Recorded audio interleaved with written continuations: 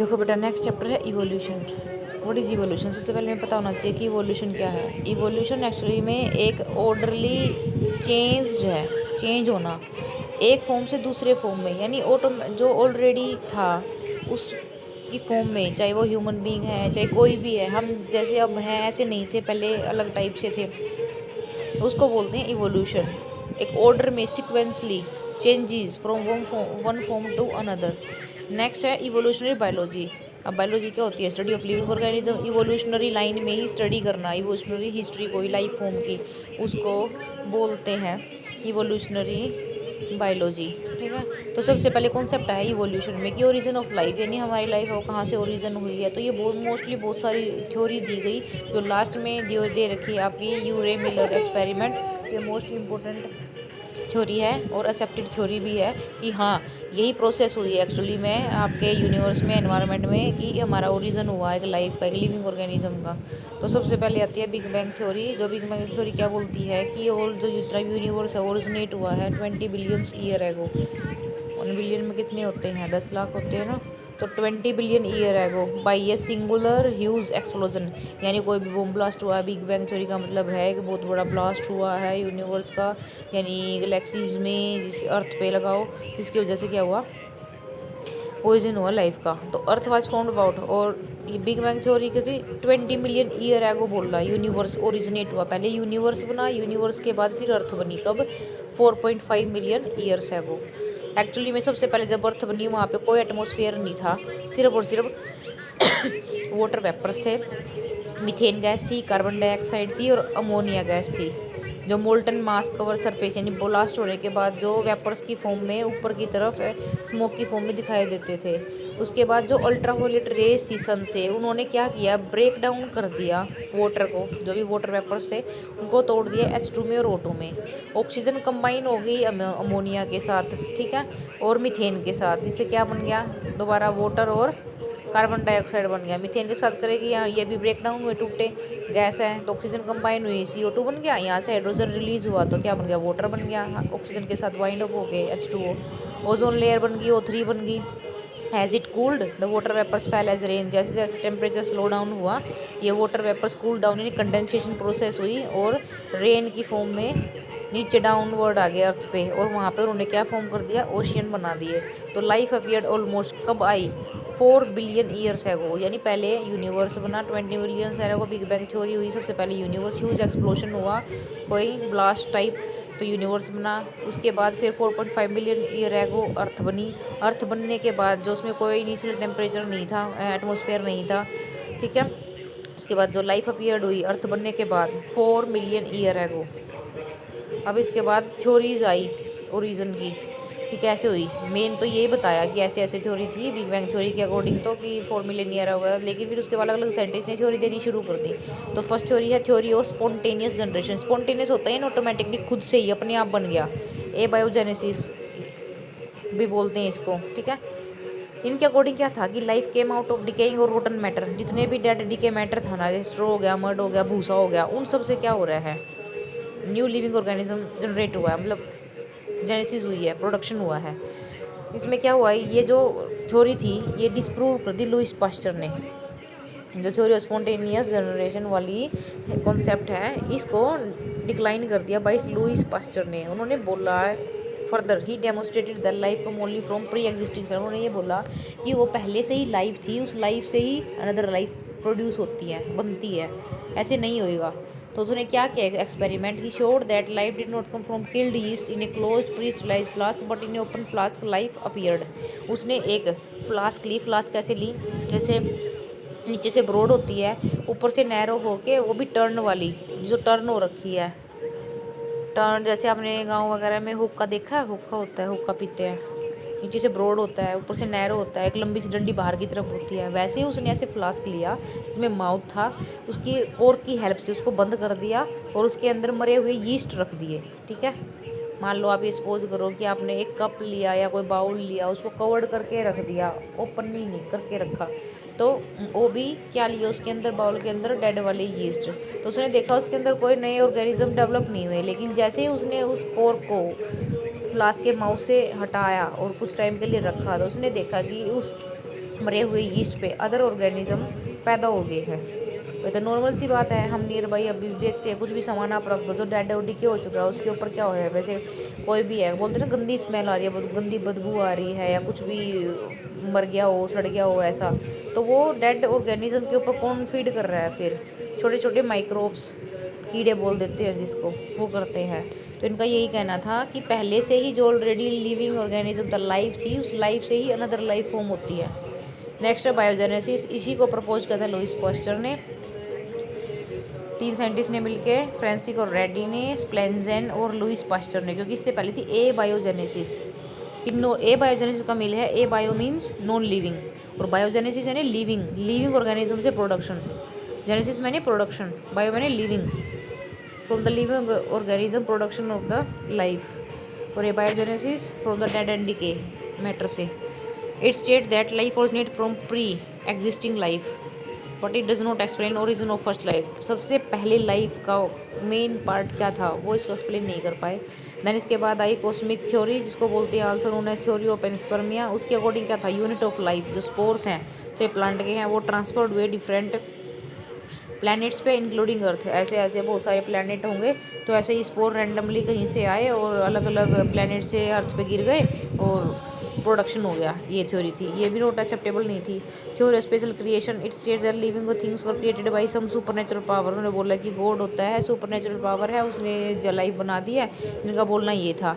Next है theory of chemical evolution.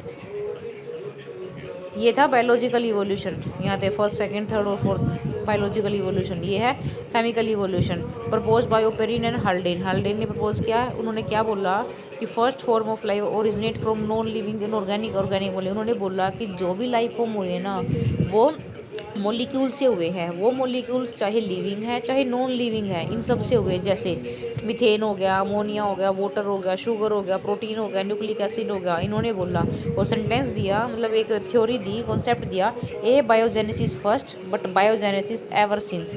एक बार ए बायोजेनेसिस यानी नॉन लिविंग पहले था, उस नॉन लिविंग से एक बार लिविंग बन गया, तो फर्दर क्या रहा, एवर सिंस, आगे तक बायोजेनेसिस यानी लिविंग ऑर्गेनिज्म ही रहा। लिविंग से लिविंग बनता चला गया, लिविंग से लिविंग, जनरेशन टू जनरेशन है ना, नई नई स्पीसीज बन रही है, प्रोजेनी बढ़ रही है, द सेक्सुअल रिप्रोडक्शन या ई सेक्सुअल रिप्रोडक्शन। तो वो कॉन्सेप्ट चलता चला गया।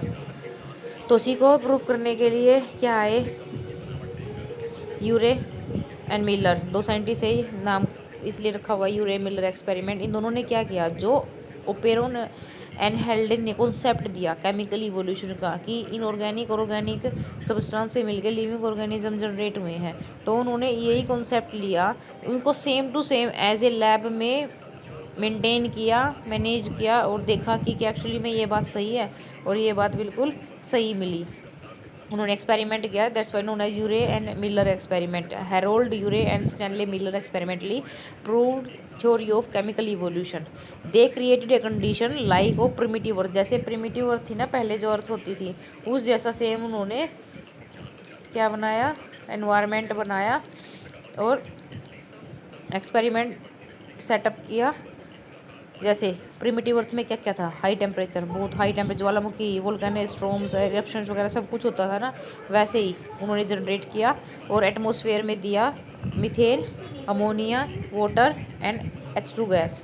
ही मेड इलेक्ट्रिक यानी थंडर स्ट्रॉम के लिए या वोल्केनिक इरप्शन के लिए, जब वो बिजली कड़कती है, करंट वगैरह आता है, तो उसके लिए उन्होंने जनरेट किया इलेक्ट्रिक डिस्चार्ज, इलेक्ट्रोड्स की हेल्प से, जिससे करंट आए, स्पार्क वगैरह आए। और स्पार्क आएगी तो जो जहाँ पे एटमॉस्फेयर वगैरह होता है वहाँ पे मोलिक्यूल्स गैसेस वगैरह के हैं वो सब टूटने शुरू हो जाते हैं। क्या बेटा, तो ऐसे ही किया उन्होंने। नेक्स्ट के बाद क्या किया उन्होंने, they made electric discharge in a closed flask containing methane, ammonia, hydrogen and water vapours at 800 degree Celsius. ये मोस्ट इंपॉर्टेंट लाइन है कि उन्होंने प्रिमिटिव अर्थ जैसा एटमॉस्फेयर बनाने के लिए और इलेक्ट्रिक डिस्चार्ज के लिए क्लोज फ्लास्क में क्या क्या लिया, तो ये मोस्ट इंपॉर्टेंट है, methane, ammonia, water and H2 gas. ठीक है, किस टेम्परेचर पे, 800 degree Celsius. As a result some ammonia amino acid are formed. इसकी वजह से क्या, इस एक्सपेरिमेंट में देखो, वैक्यूम पंप है एक वैक्यूम क्रिएट करने के लिए। यहाँ पे बॉइलिंग वाटर है जिससे टेम्परेचर हाई होएगा, 800 डिग्री सेल्सियस टेम्परेचर को मेंटेन करके रखा। और जो आपको ये फ्लास्क का दिख रहा है ना इलेक्ट्रोड वाला, ये गोल गोल डंडा सा, यहाँ पे वाटर आउट और वाटर इन, वाटर आउट और वाटर इन का कॉन्सेप्ट क्यों रखा, क्योंकि हाई टेम्परेचर था यहाँ पे, मीथेन, अमोनिया, वाटर वेपर्स और वाटर प्रेजेंट थी। इलेक्ट्रोड की हेल्प से स्पार्क हुआ, डिस्चार्ज हुआ, तो ये गैसेस के मोलिक्यूल्स ब्रेक डाउन हुए और वाटर हाई टेम्परेचर पे है। अब किसी भी हाई टेम्परेचर से उसको वाटर वेपर को लिक्विड फॉर्म में लेना है या सॉलिड फॉर्म में लेना, तो क्या करते हैं, उसको ठंडा करेंगे। तो ठंडा करने के लिए वाटर इन आउट और वाटर इन, यानी यहाँ से वाटर डालना है, वहाँ से वाटर निकल जाएगा, तो कंडेंसर का काम करेगा ये कंडेंसेशन। तो जितना भी गर्म गैसेस हैं वेपर्स की फॉर्म में है वो कूल डाउन हो जाएंगे, और कूल डाउन होकर वाटर ड्रॉपलेट के कंटेनिंग की फॉर्म में नीचे जो है दे रखा है लिक्विड इन ए ट्रैप, एक पानी की केनाल सी बना रखी है, उसमें ऑर्गेनिक कंपाउंड मिले उसको। जब उसने सर्वे किया, उनको निकाला, उनको देखा। In similar experiment other observed formation of nitrogenous base pigment and fat. अब क्या किया, इसने एक्सपेरिमेंट कर लिया, इसको अमीनो एसिड मिली, हर टाइम पे इसको डिफरेंट डिफरेंट अमीनो एसिड मिली, सेम नहीं मिली इसको। फिर दूसरे वाले जो साइंटिस्ट उन्होंने क्या किया, सेम सेटअप्स तैयार करके सेम एक्सपेरिमेंट उन्होंने ऑब्जर्व किया। क्या किया, किसी को नाइट्रोजनस बेस मिला जो डीएनए में होता है, नाइट्रोजन प्यूरिन पिरिमिडिन वो मिला।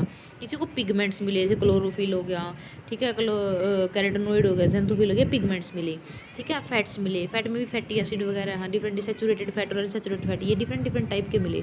तो फर्स्ट नॉन सेलुलर फॉर्म मिली लाइफ की, ओरिजिनेट हुई 3 million year ago, 4.5 million year ago अर्थ बनी थी। उसके बाद 1.5 मिलियन ईयर के बाद सबसे पहली नॉन सेलुलर फॉर्म बनी। नॉन सेलुलर फॉर्म यानी आपके मैक्रो माइक्रो न्यूट्रिएंट्स बने, जैसे प्रोटीन बन गया, फैट मिल गए, नाइट्रोजन बेस मिल गया, अमीनो एसिड मिल गए।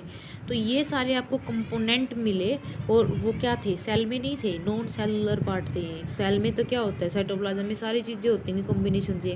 तो दे वर सेल्फ रेप्लिकेटर, ये कैसे थे, खुद से रेप्लिकेट होने वाले मेटाबॉलिकली कैप्सूल थे जिसमें आरएनए प्रोटीन पॉलीसेकेराइड थे। तो ये मोस्ट इंपॉर्टेंट एक्सपेरिमेंट है जिसकी वजह से कन्फर्म हुआ कि हाँ is the same method form by which origin of life occur. तो मोस्ट इंपॉर्टेंट है, आपको डायग्राम बना हुआ भी मिल सकता है जिसमें आपको ये मेंशन करना पड़ेगा कि लेबलिंग करनी पड़ेगी, या फिर आपको बनाने को भी आ सकता है, और explain the Urey Miller experiment. और यहाँ पे क्वेश्चन आ सकता है, can you demonstrate a setup so that you can explain origin of life with an experiment. तो आप ऐसे कर सकते हो, उसमें यूरे मिलर एक्सपेरिमेंट ही आएगा, ठीक है बेटा। नेक्स्ट है एविडेंस फॉर इवोल्यूशन। इवोल्यूशन के लिए एविडेंस क्या, सबसे पहला पैलेंटोलॉजिकल एविडेंस। पैलेंटोलॉजी होता है फोसिल्स, जो मरे हुए डेड ऑर्गेनिज्म है वो मिल रहे हैं हमें, कोई बर्फ़ में मिल रहा है, कोई पहाड़ों पे मिल रहा है, वो बहुत पुराने उनके डेड रिमेन्स हैं, तो उसकी स्टडी को बोलते हैं पैलेंटोलॉजी। पैलेंटो यानी फोसिल्स, लॉजी यानी study, study of fossils. Fossils are the remnant of life form found in the rocks, जैसे अर्थ क्रस्ट में मिल गया। They are written document of evolution, main है, इनको साइंस म्यूज़ियम वगैरह में भी इस्तेमाल के रखा जाता है। अब इससे मेन क्या सिग्निफिकेंस है, ये भी इंपॉर्टेंट पॉइंट है। सिग्निफिकेंस ऑफ फोसिल लाने को तो ये भी आ सकता है बेटा 2 मार्क्स में, ज़रूरी नहीं है, इंपॉर्टेंट है ये भी।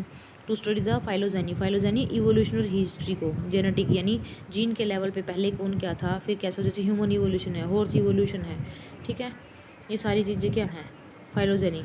To study the connecting link, अब जो पहले था, मान लो फिश है, फिश से क्या बना, क्रोकोडाइल बना, तो दोनों के बीच में एक कनेक्टिंग लिंक क्या है, ठीक है, एम्फीबियन है, जो टेरेस्ट्रियल लाइफ फॉर्म आई जिसकी। तो उसी तरीके से कनेक्टिंग लिंक भी है fossils between 2 groups of organism, जैसे आर्कियोप्टेरक्स। आर्कियोप्टेरक्स उड़ने वाला क्या था, डायनासोर था, जबकि डायनासोर इतने हैवी वेट को, इतने लंबे लंबे साइज को उड़ कैसे सकते थे, लेकिन उनको विंग्स थे, तो वो कहाँ पे हो गया, बर्ड्स की तरफ इवोल्यूशन हो गया। उसी तरीके से to study about extinct animal, जैसे डायनासोर है उसमें हेल्प करेगा। To study about geological period, कि किस पीरियड में था, कहाँ पे क्या चल रहा था, एनालाइज करना इन सब चीज़ों को। The study showed that life form varied over time and certain life form are restricted to certain geological time spans. Number 1 palaeontological evidence, यानी स्टडी ऑफ फोसिल, फोसिल के बेसिस पे पता लगा कि हाँ कि इवोल्यूशन तो हुआ है, पहले हड्डियाँ कैसी होती थी अब कैसे हैं, किसी का बॉडी शेप कैसे था अब कैसे है। नॉन सेलुलर है, यानी सेल भी नहीं थी, सेल्स बनी, सेल से टिश्यू बना, टिश्यू से फिर ऑर्गन बने, ऑर्गन से ऑर्गन सिस्टम, ये सब क्या हो रही है, एवोल्यूशन की तरफ हो रहा है। Next is morphological and anatomical evidence. Morphology होता है एक्सटर्नल स्टडी ऑफ बॉडी किसी भी ऑर्गेनिज्म की, चाहे प्लांट है एनिमल है, उसको मोर्फोलॉजी बोलते हैं। एनाटॉमी, एनाटॉमी यानी इंटरनल, इंटरनल स्टडी, तो या तो बाहर देखने के बेसिस पे या इंटरनल स्टडी के बेसिस पे ही एविडेंस मिलते हैं कि इवोल्यूशन हुआ है या नहीं हुआ है। तो कंपेयर करेंगे एनाटॉमी को या फिर मोर्फोलॉजी को, शोज दैट। नेक्स्ट है बेटा मोर्फोलॉजिकल एंड एनाटॉमिकल एविडेंस में, तो एनाटॉमी और मोर्फोलॉजी का स्टडी करनी है डिफरेंट फॉर्म ऑफ एनिमल्स की, और जिसमें कॉमन एंसेस्टर भी आएंगे, ठीक है, फीचर्स भी आएंगे। This can be explain by homologous organ and analogous organ. Homologous, homo यानी सेम, लोगस ऑर्गन यानी सेम ओरिजन है। Organs having fundamentally similar structure, दिखने में सेम स्ट्रक्चर है, सेम ओरिजन है, बट डिफरेंट फंक्शन, यानी origin is same but perform different function. This phenomena is called homology. क्या बोलेंगे इसको, होमोलॉजी। जैसे ह्यूमन हैंड है, वेल फ्लिपर है, वेल फ्लिपर यानी जो उसके विंग्स होते हैं वो, whale's flippers, bat's wing and cheetah's foot. Cheetah है वो मैमल्स में आता है, 4 पैर होते हैं। डॉग है वो मैमल्स में आ रहा है। कैट है वो मैमल्स में आ रही है। ह्यूमन के हैंड देख लो आप, कैट और डॉग के हाथ देखो कैसे काम कर रहे हैं। मंकी है उसके देखो कैसे कर रहे हैं, लेकिन ओरिजिन सेम है, लेकिन परफॉर्मेंस अलग अलग है बॉडी के according. These 4 limbs have different functions but similar anatomical structures such as bone, bone same है, humerus, radius, ulna, carpal, metacarpal, phalanges, चाहे वो बैट्स के विंग हो, वेल के फ्लिपर हो, चित्ता के फुट हो, या फिर ह्यूमन का हैंड हो, इन चारों में ये सारी बोन्स प्रेजेंट होती हैं, लेकिन फंक्शन अलग अलग कर रहे हैं। तो ये तो था एनिमल के केस में, होमोलॉजी इन एनिमल। अगर बात करें homology in plant, homology also seen in heart and brain, brain में भी होती है और हर्ट में भी होती है, एग्जांपल है। अगर प्लांट की बात करें, thorn of bougainvillea and tendrils of Cucurbita. Cucurbita cucumber होता है ना, उसके टेंड्रिल्स होते हैं जो बाइंड अप करने का काम करते हैं। थॉर्न नहीं काटे हो, चाहे रोज के हैं, बोगनवेलिया के हैं, ये दोनों के ओरिजिन सेम है, लेकिन फंक्शन अलग अलग परफॉर्म कर रहे हैं। तो origin of homologous organ is due to divergent evolution. तो आप हमेशा याद रखना, एच डी, एच मैंने होमोलोगस, डी मैंने डाइवर्जेंट। डाइवर्जेंट क्या होता है, from one point multiple connections are spread out. एक कॉमन पॉइंट होता है और वहाँ से मल्टीपल जंक्शंस निकलते हैं, पॉइंट्स निकलते हैं, रास्ते निकलते हैं, पाथ्स होते हैं। और कन्वर्जेंट होता है कन्वर्ज होना, इकट्ठा होना, मल्टीपल जो पाथ्स हैं वो मर्ज हो जाते हैं सिंगल पॉइंट पे, उसको कन्वर्जेंट बोलते हैं। It is evolution by which related species become less similar to survive and adapt in different environment condition. Homologous indicate common ancestry, common ancestry इसमें कॉमन ओरिजन है। एनालोगस ऑर्गन अपोजिट है उसके, organs having similar function but origin is different, but different structure and origin. This phenomena is known as analogy. अगर बात करें wings of insect, वो Arthropoda में आते हैं। अगर बात करें विंग्स ऑफ बर्ड, वो किस में आएंगे, एव्स में आती हैं बर्ड्स। तो मॉडिफाइड 4 लिम्स हैं, बल्कि जबकि इंसेक्ट के कैसे बनते हैं, थिन फ्लैप ऑफ काइटिन की लेयर का बना होता है। आइज ऑफ ऑक्टोपस, रेटिना होती है, स्किन से बनी होती है, जबकि मैमल्स के हैं रेटिना, वो कहाँ से डेवलप होती है, एम्ब्रियोनिक ब्रेन से कनेक्ट होती है, ठीक है, वो स्किन से कनेक्ट होती है आइज ऑफ ऑक्टोपस की। तो ये क्या है, आइज दोनों में है, लेकिन ओरिजिन दोनों का अलग अलग है, फंक्शन दोनों का सेम है। तो ये कॉमन से मोस्ट इंपॉर्टेंट एग्जांपल है। डिफरेंस भी आता है कन्वर्जेंट और डाइवर्जेंट। कल आपको जो मैंने डाउट्स कराए उसमें भी कन्वर्जेंट और डाइवर्जेंट का ऑप्शन था, तो ये इंपॉर्टेंट है, आप कर लेना। Flippers of penguin and dolphin, sweet potato and potato. Sweet potato क्या होता है, मॉडिफाइड रूट होता है, पोटैटो मॉडिफाइड स्टेम होता है, लेकिन दोनों मीठे होते हैं, फूड स्टोरेज का काम कर रहा है, दैट्स वाई ओरिजिन अलग अलग है। एक स्टेम से पैदा हो रहा है, बन रहा है, एक रूट से बन रहा है, लेकिन दोनों का फंक्शन क्या है, स्टोरेज का। ट्रैके ऑफ इंसेक्ट है, एक्टोडर्मल है, लंग्स ऑफ वर्टिब्रेट है, एंडोडर्म है, ओरिजिन अलग अलग है। तो origin of analogous organ is due to convergent evolution. Convergent यानी सेम फंक्शन है, ओरिजिन अलग अलग है, कन्वर्ज हो गया कॉमन फंक्शन के लिए। It is evolution by unrelated species, किस किस के बीच में, अनरिलेटेड स्पीसीज, यानी क्या होएगा, similar to survive but adapting similar environment condition. तो ये थी सेकंड, फर्स्ट वाला palaeontological evidence, second is morphological and anatomical evidence, third is adaptive radiations, biogeographical evidence. अगर area to area, country to country बात करें अर्थ में कि यहाँ पे इंडिया में क्या है, बांग्लादेश में क्या है, या फिर कनाडा में क्या है, अमेरिका में क्या है, इन एनवायरनमेंट के बेसिस पे जो स्पीसीज़ का डिफरेंशिएशन है, एविडेंस वो, तो अडेप्टिव रेडिएशन आएगा इसमें। Adaptive radiation, radiation evolution by adaptation, adapt हो गया है। मान लो हम यहाँ पे हैं, इंडियन पैटर्न से यहाँ अडेप्टेड है, ठीक है। लेकिन एनवायरनमेंट है, हर तरीके से झेल लेते हैं, चाहे कोल्ड है, हॉट है, समर है, विंटर है, सब कुछ। लेकिन आप कंटिन्यू अब कनाडा में हो, अमेरिका में हो, तो वहाँ पे क्या होता है, डिफरेंस होता है सीज़न का। तो आप वहाँ पे उसके अकॉर्डिंग 1 to 3 डेज में जाओगे तो अडेप्ट हो जाते हो। ठीक है।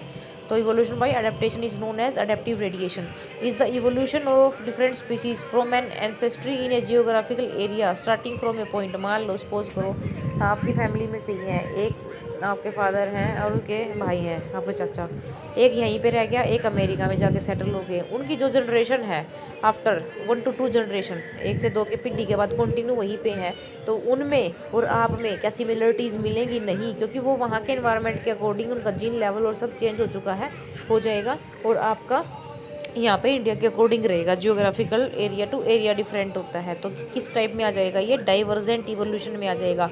कॉमन एंसेस्ट्री है लेकिन फंक्शन, रहना सहना, सब कुछ कल्चर अलग हो जाएगा। ठीक है बेटा। तो it is a type of divergent evolution. Example Darwin finches. तो अडेप्टिव रेडिएशन का एग्जाम्पल पूछा जाए, what is adaptive radiation and example Darwin finches and Galapagos island. Darwin scientist हैं, उन्होंने गैलापागोस आइलैंड पे जाके सर्वे किया। फिंचीज यानी जो चोंच होती है उनमें कोई तो कीड़े खाने वाली थी, कोई सीड खाने वाली थी, लेकिन थे वो सारे बर्ड। तो एंसेस्ट्री सेम थी लेकिन सबका फंक्शन अलग अलग था। ऑस्ट्रेलियन मार्सुपियल्स, जो मार्सुपियल रेडिएशंस हैं उसमें placental mammals in Australia. Australia में जो प्लेसेंटल मैमल मिलते हैं वो मार्सुपियल रेडिएशन, ये देखो ये चारों तरफ दिखा रखा है आपके एनसीईआरटी में, बहुत अच्छा विद फिगर डायग्राम है। When more than one adaptive radiation is appeared in an isolated geographical, अगर एक से ज़्यादा एडेप्टिव रेडिएशन है, एडेप्टेशन आ गई एक ही एरिया में, उसको बोलते हैं कन्वर्जेंट इवोल्यूशन। देखो डाइवर्जेंट इवोल्यूशन एडेप्टिव रेडिएशन में कब होगा? When single adaptation in one geographical area, एक या दो में जियोग्राफिकल एरिया में रेडिएशंस अडेप्टेशंस आ गई, उसको बोलेंगे अडेप्टिव रेडिएशन डाइवर्जेंट इवोल्यूशन। ठीक है। If more than one adaptive, एक से ज़्यादा रेडिएशंस होगी, सिंगल अडेप्टेशन है तो डाइवर्जेंट है, अगर एक से ज़्यादा है तो वो क्या होगी? Convergent evolution. जिसमें कॉमन सा example most important Australian marsupial and placental mammals, दिखने में एक जैसे होते हैं लेकिन ओरिजिन सेम है। Fourth is biochemical evidence. Bio मैंने लिविंग केमिकल्स का भी। तो organism show inheritance in protein genes other. अब देखो सीधी सी बात है, केमिकल्स क्या होते हैं? एटम्स होते हैं। एटम किससे बने होते हैं? छोटे छोटे एटम, टाइनी पार्टिकल होता है, एटम कंबाइन होते हैं, मोलिक्यूल बनता है, मोलिक्यूल से कंपाउंड बनेगा, उस कंपाउंड से मिलकर क्या बनते हैं? सेल्स बननी शुरू हो जाती हैं। ठीक है। तो प्रोटीन आपका अमीनो एसिड से बना है। अमीनो एसिड है तो यानी उसमें क्या प्रेजेंट होता है? कार्बन, हाइड्रोजन, ऑक्सीजन होती है। तो कार्बन ही एटम है, हाइड्रोजन भी एटम है, ऑक्सीजन भी एटम है। तो वो किस में आ गए? केमिकल्स में आ गए। जीन आपके बने, जीन क्या है? पर्टिकुलर डीएनए है। डीएनए किससे बना होता है? न्यूक्लियोटाइड से। न्यूक्लियोटाइड में 3 यूनिट होती है, नाइट्रोजनस बेस, शुगर, ठीक है, और फोस्फेट भी आ गया उसमें, फोस्फेट ग्रुप आ गया। ठीक है। और शुगर आ गया, शुगर पे पेंटोज शुगर है, कार्बन, हाइड्रोजन, ऑक्सीजन आ गया उसमें। और उसके अलावा आपका नाइट्रोजन स्पेस में, उसमें भी सेम ही है, कार्बन, हाइड्रोजन, ऑक्सीजन, यही कॉम्बिनेशन, और नाइट्रोजन, यही कॉम्बिनेशन मिलते हैं। तो क्या हो रहा है? वो केमिकल्स हैं। It indicate common ancestry. ठीक है बेटा। Fifth is embryological evidence propose by Ernst Haeckel. Haeckel ने बोला कि जितने भी इवोल्यूशन हुआ है, यानी जो ग्रोथ हो रही है एम्ब्रियोलॉजिकली, एम्ब्रियो बनता है, जैसे फर्टिलाइजेशन हुआ, जाइगोट बना, जाइगोट से एम्ब्रियो बना, एम्ब्रियो के बाद जो फर्दर डिवीजन ब्लास्टुला, ब्लास्टोमेर होना चाहिए, यहाँ तक ये सेम रहता है। उसके बाद फर्दर डिफरेंशिएशन शुरू होता है कि वो ह्यूमन बनेगा, हॉर्स बनेगा, कैट बनेगा, डॉग बनेगा। ऐसा तो नहीं है कि डॉग को कैट हो रही है या कैट को डॉग हो रहा है या ह्यूमन को हॉर्स हो रही है, नहीं। He observe that all vertebrate embryo, जितने भी वर्टिब्रेट्स हैं, have common ancestor that are absent in adult. Adult में नहीं होते लेकिन उससे पहले जब वो बन रहे होते हैं एम्ब्रियो स्टेज में, वो सेम होते हैं, डिवीजन पैटर्न सबके सेम होते हैं। एग्जाम्पल ऑल वर्टिब्रेट एम्ब्रियो, जैसे ह्यूमन है, डेवलप वेस्टिजियल गिल स्लिट। सबसे पहले हमारे जो एम्ब्रियो होता है कि उसमें भी गिल स्लिट्स बनता है हेड के पीछे। उसके बाद फर्दर डिफरेंशिएशन होना शुरू हो जाता है। ह्यूमन बनना है तो वर्टिब्रल कॉलम बन जाएगा, उसके लिए कमांड जाएगी। अगर फिश है तो गिल स्लिट ही गिल्स में बन जाए, कन्वर्ट हो जाएंगी। ठीक है। However Karl's Ernst von Baer rejected this proposal. दूसरे साइंटिस्ट थे अर्नेस्ट हैक्ल की बजाय कार्ल्स अर्नेस्ट, उन्होंने इसको प्रपोजल को रिजेक्ट कर दिया था। He noted that embryo never pass through the adult stage of other animals, की सेम नहीं होते हैं। अब ये मुझे कुछ अच्छा नहीं लगा। उसने बोला कि रिजेक्टेड है, आप प्रूव करके दिखाओगे होता है या नहीं होता है।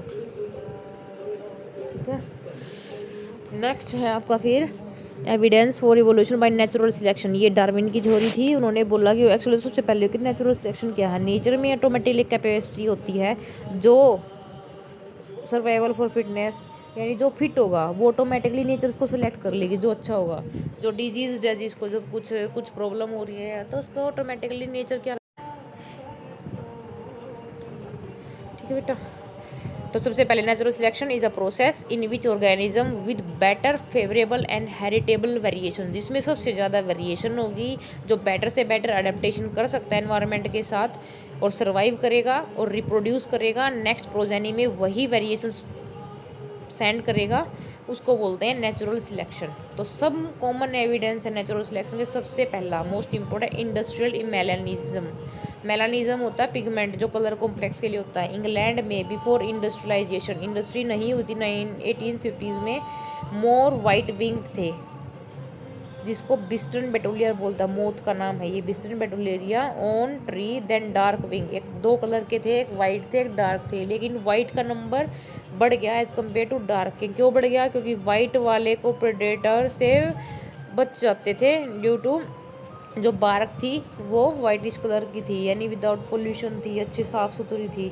आफ्टर इंडस्ट्रियलाइजेशन 1920 में इंडस्ट्री बनी तो वहाँ पे बहुत सारा स्मोक फोक सब डिपॉजिट होने शुरू हो गया, ब्लैक ब्लैक स्पॉट्स बनने शुरू हो गए प्लांट की बार्क्स पे, ठीक है। तो वाइट वाले इजीली विजिबल होने लगे जबकि ब्लैक वाले नहीं होते थे, तो नंबर ऑफ प्रोडक्शन वाइट का डिक्रीज हो गया मोथ्स का और डार्क का बढ़ गया। Reason before industrialization there are white lichens covered by trees. White lichen क्या होते हैं? Lichen is the association of the fungus and algae, वो प्रेजेंट होते थे बार्क पे, अब वो ज़्यादा प्रेजेंट थे, दैट्स वाई वाइट वाले वहाँ पे छुपे रहते थे। वाइट वाइट हो गया तो दिखते ही नहीं थे बार्क में। बैकग्राउंड भी वाइट है, विंग्ड मोथ थे वाइट वाले, वो भी सर्वाइव करके, लेकिन डार्क वाले इजीली दिख जाएंगे प्रेडेटर को और वो इसको पिक कर लेगा खा लेगा। जैसे ही इंडस्ट्रियलाइजेशन हुई, जब इंडस्ट्री शुरू हुई तो वहाँ पे पोल्यूशन बढ़ा, पोल्यूशन सबसे ज़्यादा सल्फर का बढ़ा, सल्फर का बढ़ते ही लाइकन का प्रोडक्शन कम हो गया, यानी फंगल और एल्गी के एसोसिएशन के जहर का काम करता है सल्फर, और दोनों का एसोसिएशन नहीं रहा, वो ख़त्म हो गए। ख़त्म होने की वजह से no growth of lichen, so white winged moth did not survive. अब वाइट वाले दिखने शुरू हो गए तो बार्क जो होता था ना डार्क से ब्राउन से कलर का हो गया, ब्राउन से और ब्लैक होना शुरू हो गया। That's why dark winged moth survive because of suitable dark background. उनको बैकग्राउंड यानी ये इससे पता चलता है कि हर एक ऑर्गेनिज्म का अपने टाइम के अकॉर्डिंग वक्त आता है, तो कभी भी हार नहीं माननी चाहिए, ठीक है ना बेटा। जो होता है वो अच्छे के लिए ही होता है, बेटर सर्वाइवल के लिए, अडेप्टेशंस के लिए, ठीक है। तो कभी भी नेगेटिव नहीं होना है, जो हो रहा है बहुत अच्छा हो रहा है, बस करते रहो। डेवलपमेंट और रेजिस्टेंस वैरायटी जैसे हेर्बिसाइड है, पेस्टिसाइड, एंटीबायोटिक्स है, ड्रग्स है, इन सब के लिए वैरायटीज़ बननी शुरू हो गई। जैसे पहले क्या था, डीडीटी का स्प्रे कर देते तो मच्छर नहीं होते थे, मर जाते थे, क्योंकि ये फॉर एग्जांपल सपोज करो 100 मच्छर है हमारे पास, उस 100 मच्छर में से डीडीटी का स्प्रे किया, 98 मर गए, दो बच गए। क्यों बचे? क्योंकि उनमें ऑलरेडी वो रेजिस्टेंस पावर थी, वो बच गए। और एकदम से प्रोडक्शन तो कम दिखेगा ही हमें, क्योंकि 98 वो मर चुके हैं, लगेगा मच्छर ख़त्म हो गए। लेकिन धीरे धीरे उन 2 से ही क्या होगा, 4 बनेंगे, 8 बनेंगे, तो वो ऐसे ही नंबर ऑफ प्रोडक्शन अपना प्रोजेनी का बढ़ाते रहेंगे। और जैसे नंबर प्रोडक्शन बढ़ेगा, एक टाइम पे आप अगेन डीडीटी का स्प्रे करोगे, वो फिर भी क्या करेंगे, सर्वाइव करेंगे, बिकॉज उनकी बॉडी के अंदर कैपेसिटी है उनके अगेंस्ट रेजिस्ट करने की, बचाव की, बचने की, ठीक है बेटा।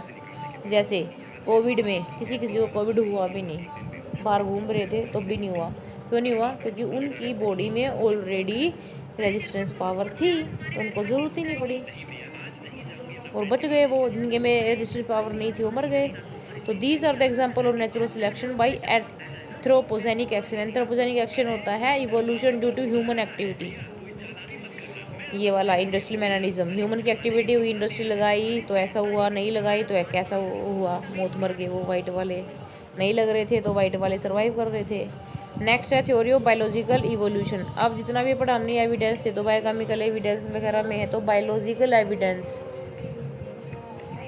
इवोल्यूशन के थ्योरीज आई। सबसे पहले लेमार्किज्म, जिसने theory the theory of inheritance of acquired character. Acquired character यानी यूज़ एंड मिस यूज़ वाला concept, theory of use and miss use, organ जो यूज़ कर रहे हैं वो बेटर डेवलप हो गए, जो यूज़ नहीं कर रहे थे, डिसयूज थे, मिसयूज में थे, वो डिस्ट्रॉय हो गए, एक्सटिंक्ट हो गए।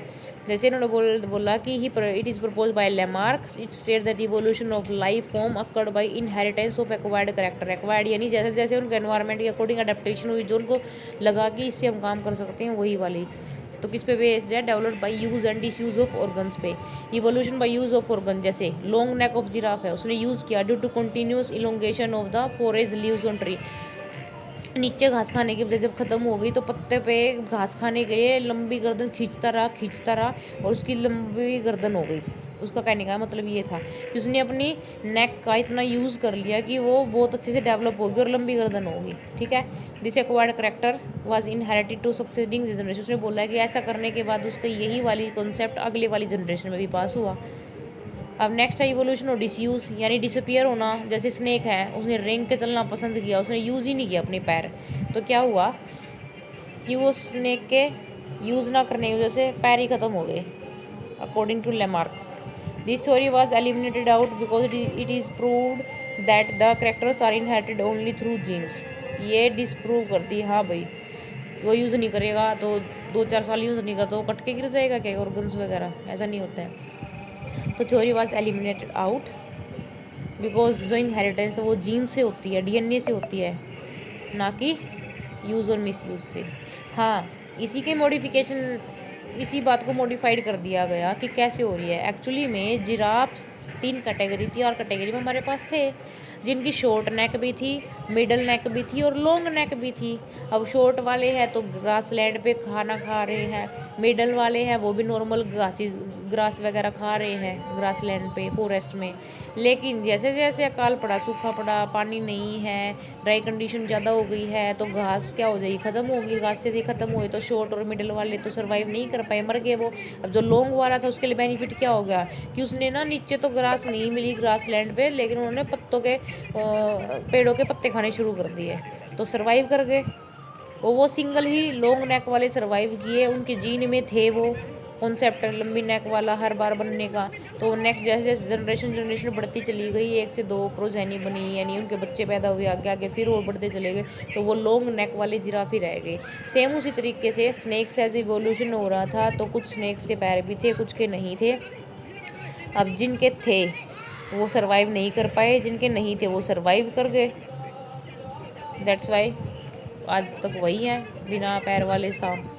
नेक्स्ट है Darwinism, theory of natural selection propose by Charles Darwin, और ये मोस्ट इंपॉर्टेंट है। It is based on the observation.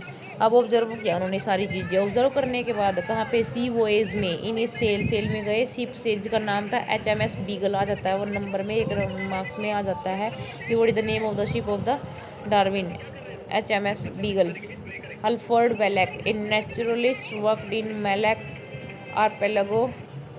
Archipelago island है ये भी, has also come to similar conclusion. देखो गैलापागोस आइलैंड पे गए थे डार्विन, ठीक है, और मलाया आर्किपेलागो आइलैंड पे गए वेलेक, और मोस्टली दोनों की सेम ही ऑब्जर्वेशन मिली।